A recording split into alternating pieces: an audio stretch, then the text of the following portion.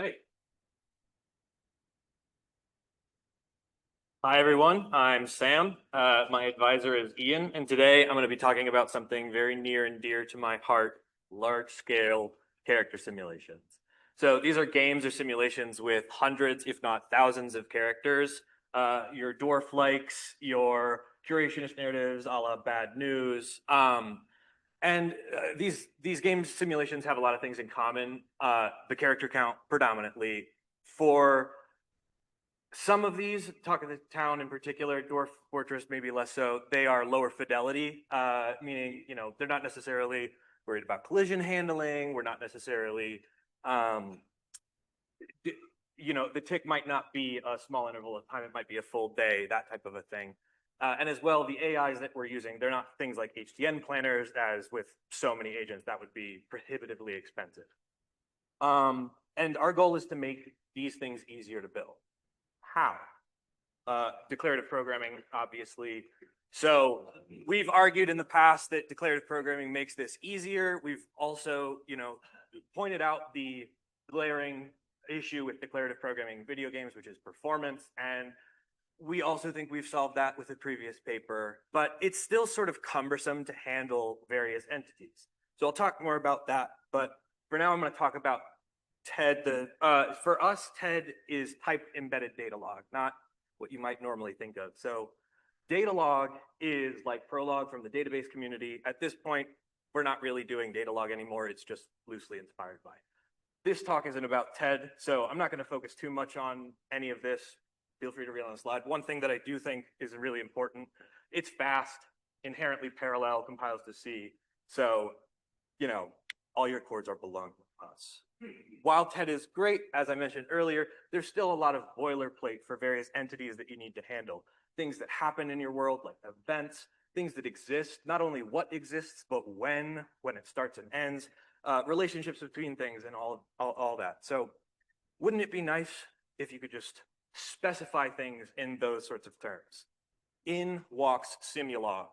So Simulog is a highly abstracted language at the level of ontological concepts, in particular upper ontologies, if you're familiar with that.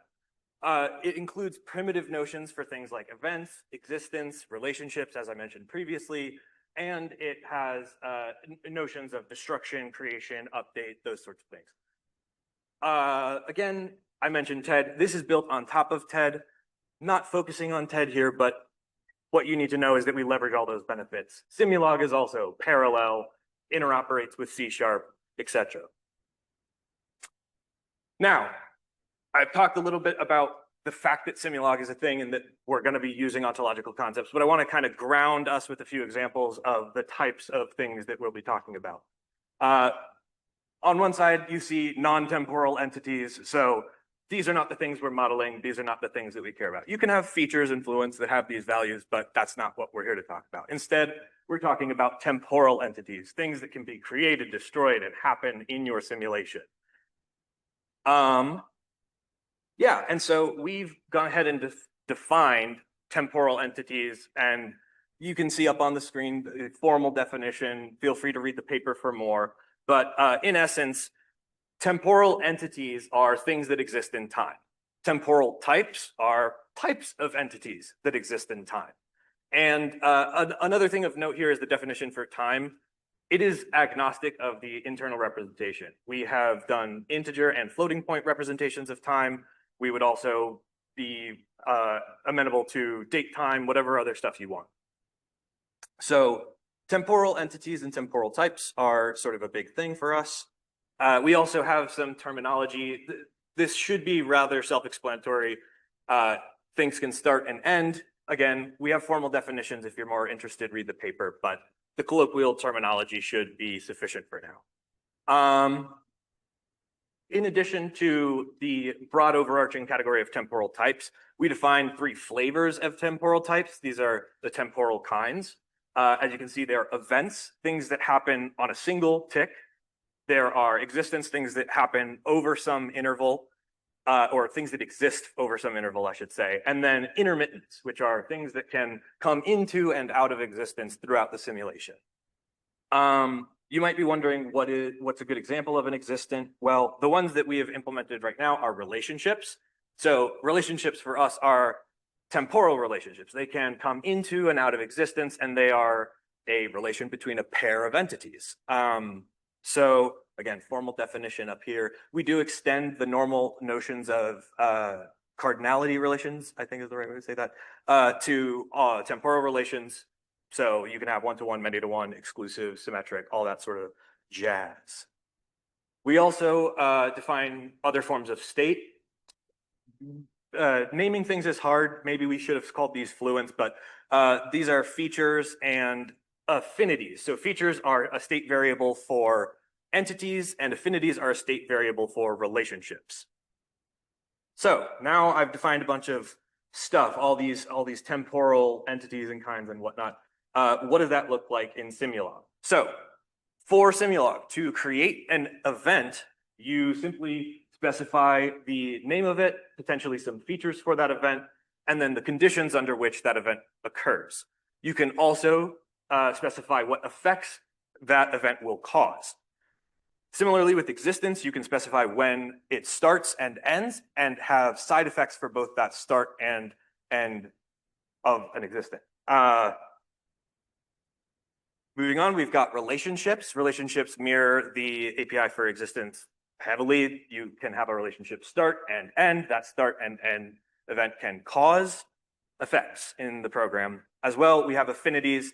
As I mentioned earlier, these are kind of like fluents for relationships. Here you can see the value. We don't really specify what. You will see most of the examples use integer, but we would allow anything, whether that be colors, numbers, whatever you would like. The decay rate, though, is going to really only matter for integer-like things because that will decay the value at a specific rate. So, some examples. The examples are a little morbid. It's hard to find not morbid examples. I'll try my best later on. But here we have two different death events that you can see the conditions for. Basically, when a person is of a certain age, there is a probability that they will die on any given tick and a slightly lower probability if they are younger. We also see that those two events then feed into the character, which is to say they will kill the character when the death event happens. Here we have an existence, an example existence. So place, I wanted to get away from characters just to show you guys that this existence can encode many things, not just NPCs and characters in your game. So here we have places. They are locations that exist. They have a type, a status. They start when they're created. They go into business when they're created. They go out of business probabilistically after 40 years, and they go, yeah, that's essentially what this says. Of note, you might see a lot of repetition here. I'm not going to go into how this is able to work, but Ian lovingly calls this SAM normal form. I omit everything that I can, and so we have a lot of syntax sugar that allows you to just do this instead. If you're interested more about TED and that type of thing, come talk to me later. Affinities. Here are our example affinities. These are charge and spark. If you're familiar with Talk of the Town, these are lifted directly from that. It's our implementation of it. And these are interpersonal valences between people. Spark is the platonic charge is the platonic, spark is the romantic interaction. And yeah, I'll let you guys read over this for a second. I'm not going to try and explain it fully, but just so you have an idea. Cool. And from those, we have relationships. Now, relationships, we have a ton of different ways of establishing them. Here you see a couple of the more exotic ones. We can create relationships based off of affinities. So here you see the two threshold values for when you become and exit a relationship based on an affinity. You also have an exclusive relationship. So this relationship will maintain exclusivity from any new additions to that table, which can be nice for certain things. So all of the examples that you just saw, slightly simplified, but those are all in Bois de la Vie, which is a simulator that I've been building over the past couple of years that when I ran last night, those are the entity counts that I got when I got up to about 403 people. So there's a bit of stuff going on. I obviously haven't mentioned many of the subsystems that you can see listed there. And the Simulog code that I wrote was about less than 500 lines of code. We don't have a way to expand that to TED directly, but approximately that would expand to about 1,200 lines of code.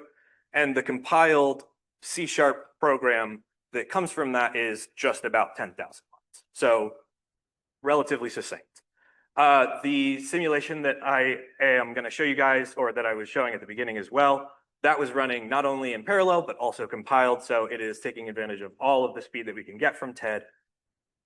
And this is the performance curve that we get. So all the way up to around 200 characters, we're still maintaining 60 frames per second. Around 400 characters, we're starting to get 30 to 20 frames per second. But with 72,000 romantic affinities to be tracking, that might, be a little bit more expected. We have a little bit of a quadratic curve going on there.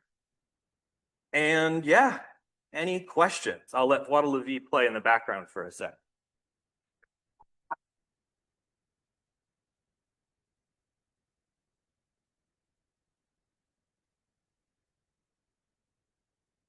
Sure. Question is, as you start having more time, do I imagine it might be needed to some way of modular language? Are there modularity conflicts in the language? Think about Good question. One of the two comments to that. One thing that I've gotten this comment before. I showed this to a number of game developers, and when they saw that the entire simulation was encoded in one file, they laughed. We do allow you to split this up. It just, for convenience for me, I've been putting it in one file. The cause and effect stuff allows you to do things much more modularly, so you can have the cause listed as an effect on one thing, or you can encode that directly in a different place. If you're interested more, we can talk about that later, but we do have support for modularity. Basically, as long as your program is encoded entirely between the start and end predicate calls, it'll work. Yeah. Hello. Thank you so much for your talk. One thing I'm curious about is there a limit that you've noticed with how many people there could be in the play, or is there one that you've implemented yourself? So at the beginning on the title slide, there were 3 different simulations going. One was from this year, one was from last year, the other was Waddle-Levy. The one from last year was 5,000 characters running the Sims algorithm. The one from this year was 1,000 characters doing the behavior trees. Waddle-Levy has a slightly lower character count because of the intensity of the social interactions. It's also the sort of thing where if we were doing something more talk of the town, like where we could set this, step away, come back in 30 minutes, and then query the results, it might not matter so much if it's running at 15 frames per second. Okay. Yeah. it's pretty cool. How many examples are how many people?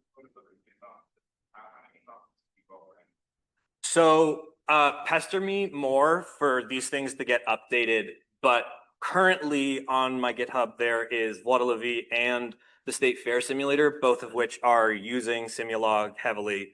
I'll be putting up the behavior tree code later, and I think I have a template Unity folder, or whatever I guess I would call it, a template Unity project that has all of the DLLs and stuff loaded in called Bavardage. I can link that later to people that are interested in as well. But a couple example systems, the DLLs are up on GitHub right now, and if they are not, then they will be shortly. So, yeah. This is really cool. Do you structure the existing hierarchy?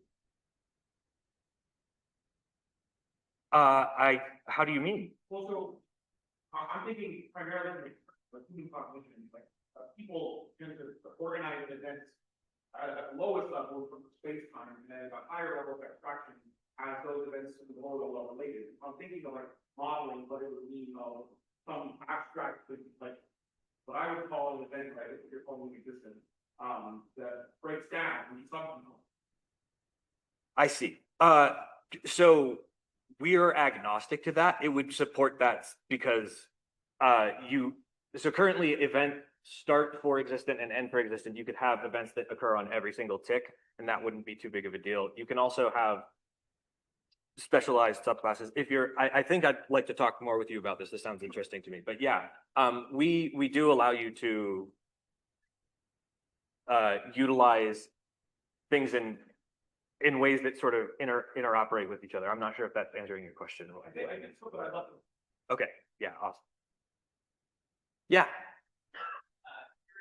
I'm curious how this representation could handle larger physiological bioconstructs, religion, cult, other ways, still more aggregated. Right.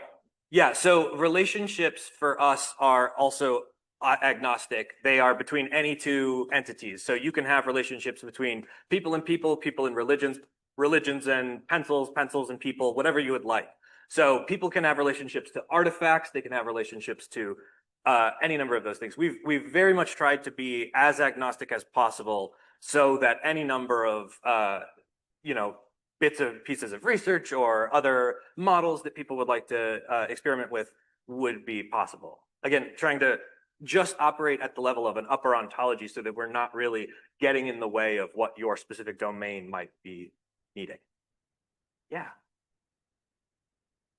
There's a type of level of